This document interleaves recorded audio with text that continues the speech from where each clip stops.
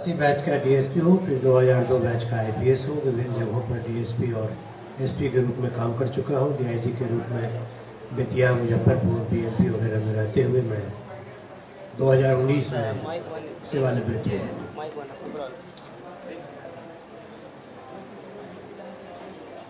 तुम्हें बस मौत की चिंता, अहम तो देश है बच्चों। तुम्हें बस मौत की चिंता, अहम तो देश है बच्चों। मिलेगा वक्त तो देखेंगे हम तेरे मसाइल भी। अभी मसला सियासत का जरा दरपेश है बच्चों। यही हालत अभी अपने यहाँ की सियासत का है। लोगों को किसी और उलझन में, कुछ किसी और सपनों में डालकर आज की जो सियासत हो रही है उसका यह तजुर्बा हुआ है कि आजकल नेतागिरी के नाम पर, राजनीति के नाम पर लोग सिर्फ व्यंग करते हैं। राजनीति, पॉलिटिक्स मतलब सच्चाई, पॉलिटिक्स मतलब करप्शन।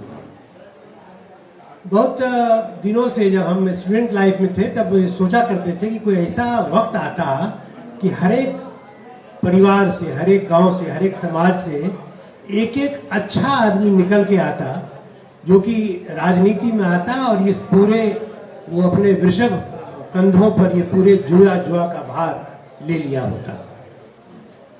हम चुनते हैं, उन्हीं लोगों को चुनते हैं जो हैकनीड वे में वो चले आ रहे हैं। किसी का खानदानी राजनीति किसी की चल रही है, कोई दल विशेष बना करके अपनी थाती समझकर राजनीति कर रहा है।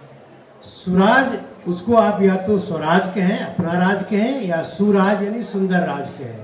यह राज अभी तक नहीं आ पाया।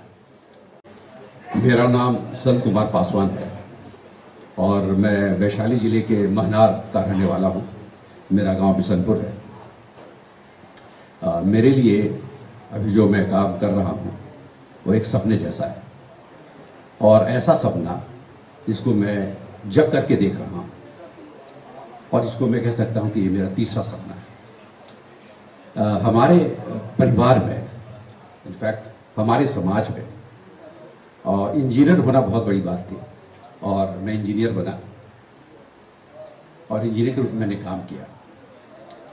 इंजीनियर का काम बहुत अलग तरह का होता है, निर्माण का काम होता है, और जो कुछ भी हम पढ़ते हैं वो इमेजिनरी चीज़ें होती हैं, उसको हम कार्य रूप में परिणत करते हैं, और बहुत सेटिस्फाइंग काम था हमारा।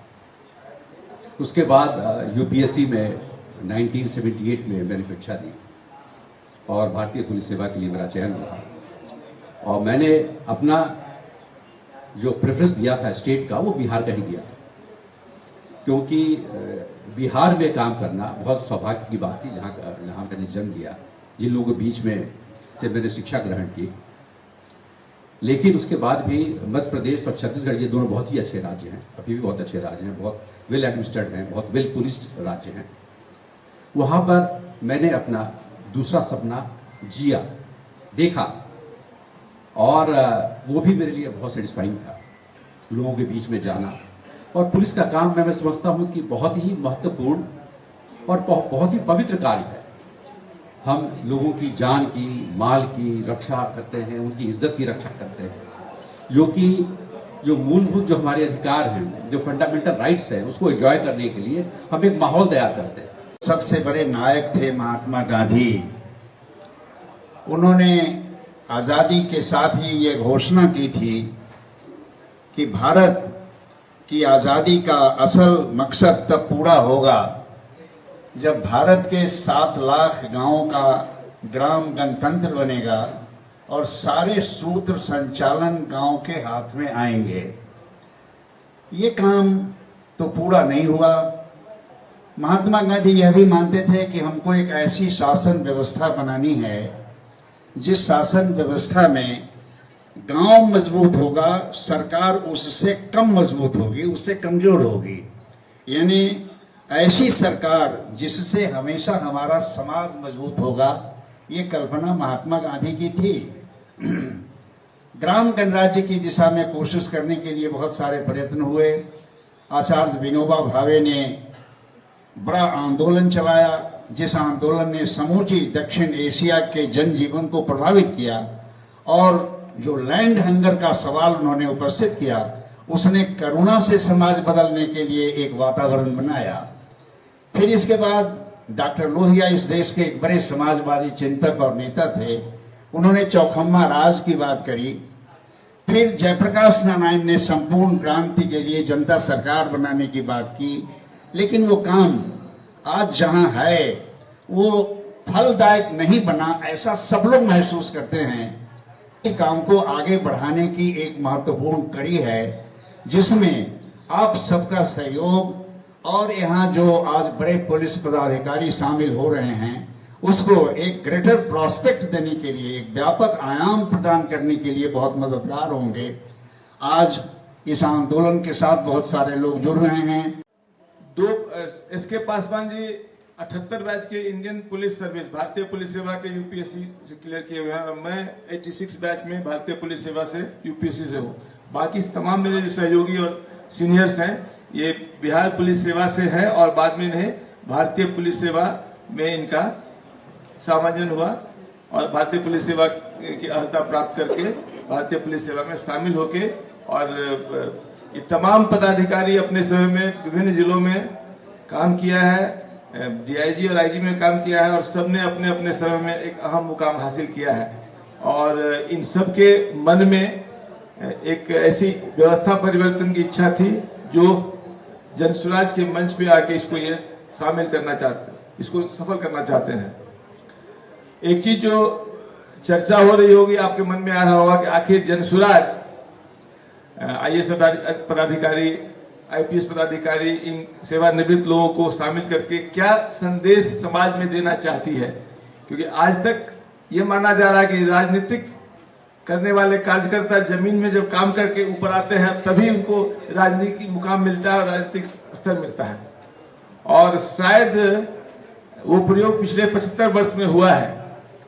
और आपको ये भी हम याद दिलाना चाहेंगे कि जब भारतीय स्वतंत्रता आंदोलन की शुरुआत हुई थी तो उसमें जुड़ने वाले जितने पदाधिकारी, जितने लोग थे उसमें अधिकांश प्रबुद्ध नागरिक थे। भारतीय प्रशासनिक सेवा के लोग थे, पुलिस सेवा के लोग थे और विभिन्न बैरिस्टर थे, वकील थे, व्यापारी थे।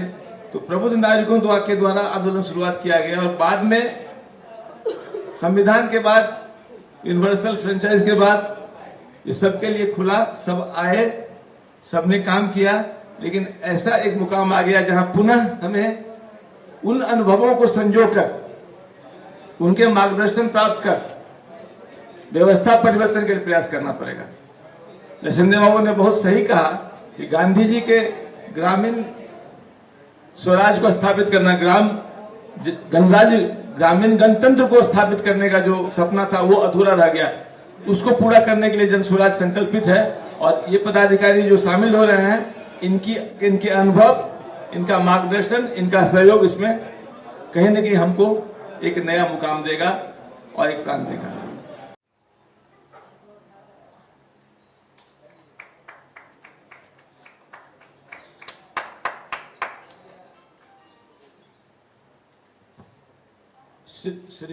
श्री केवी सिंह साहब।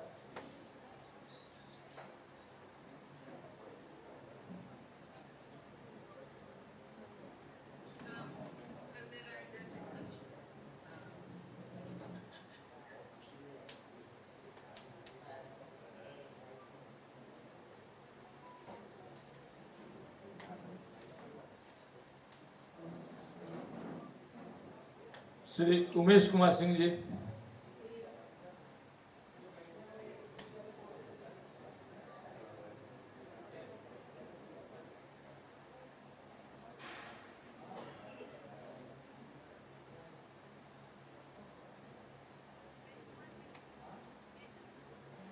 श्री शिव कुमार झा जी।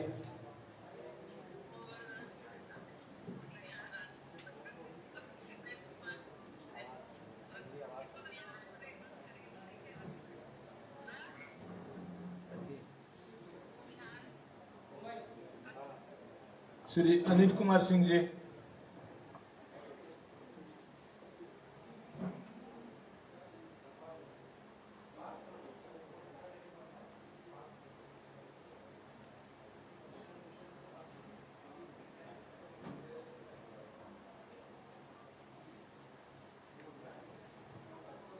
श्री अशोक कुमार सिंह जी,